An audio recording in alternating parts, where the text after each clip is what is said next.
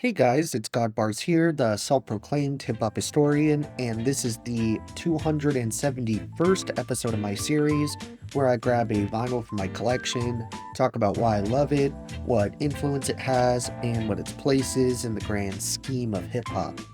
So once again, I'm showing a bit of personal bias here by opting to discuss an artist that's already been featured on the page multiple times, instead of covering a fresh face who's new to the page, which I've been trying to do whenever I can. However, when I was trying to decide on essential 90s classics to round out this set with, I realized that I haven't discussed a pretty essential Jay-Z album in my collection, 1998's Volume 2, Hard Knock Life. This is actually the fifth time I've discussed Hove on the channel, putting him up there with the likes of MF Doom as the most covered act on the page, as I've done reviews for Jay's iconic 1996 debut, Reasonable Doubt, 2001's The Blueprint, 2003's The Black Album, and his most recent album to date, 2017's 444. To be frank, this without a doubt still won't even be near the final time I talk about this legend on here, because I definitely still want to give my 2 cents on certain later LPs in his discography that I haven't found on vinyl at the time of uploading this video, namely 2000's The Dynasty, Roc-A-Fella, 2007's American Gangster, and maybe The Blueprint 3. But back to Volume 2, as the title implies, this is the second in the trilogy of projects Hove released right before the turn of the century, sandwiched in between 1997's In My Lifetime Volume 1 and 1999's Volume 3, The Life and Times of S. Carter. But Hard Knock Life here is an interesting case, because it's arguably the most popular of the three. Yet I've seen it get downplayed and tossed to the side by a number of hip-hop fans, and personally I've never really understood why, because I've always loved this thing. I think some potential reasons Volume 2 in particular gets the short end of the stick in Jay's discography are because it was really the first album that helped him break through into the mainstream, and for the content largely being about wealth, success, and transitioning out of the hood to a better life. And over the years, I've constantly seen people act as if he's trying to rub how rich he is in their face, which I think is totally unfair. I mean, if I sat here and listed all the legendary rappers from every decade of hip-hop's existence who bragged about material items from time to time, we'd be here for literally like a week, and if anything, Hope deserves a tip of the hat for his fair share of influence on the more recent luxury rap wave that frequented the last decade, with guys like Westside Gunn, Rock Marciano, Us Kingpin, or Action Bronson, which again are examples of MCs whose work has the exact same kind of subject matter Jay would get criticized for on this album, yet for some reason are given much less flack for it.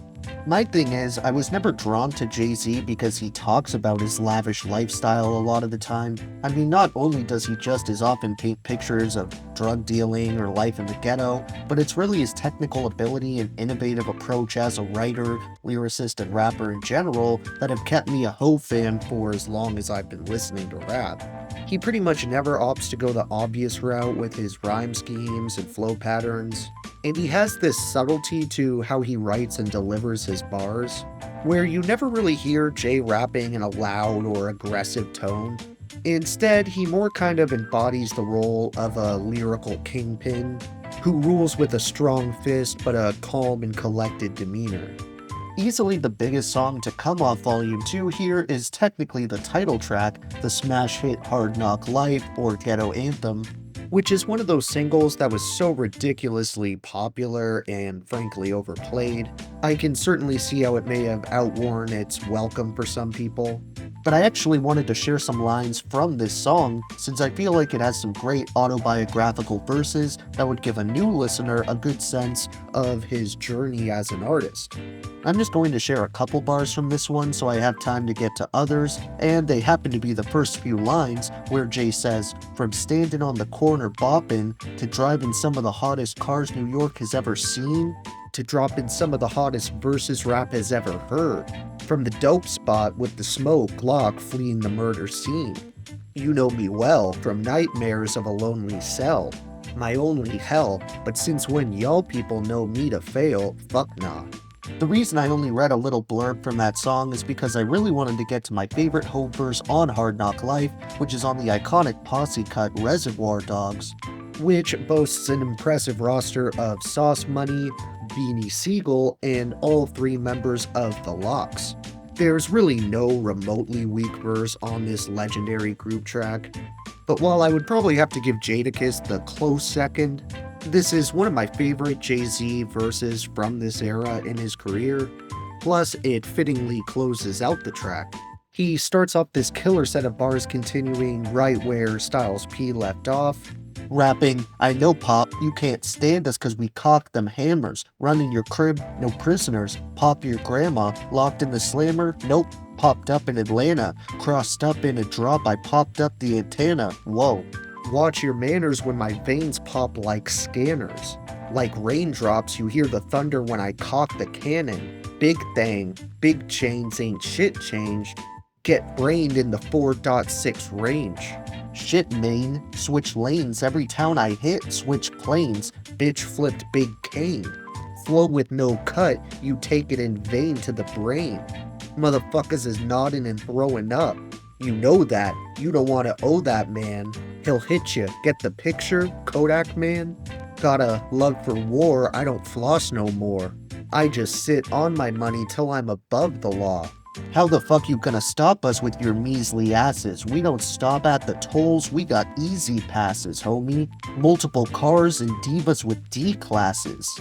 Iceberg sweat with IB on the elastic.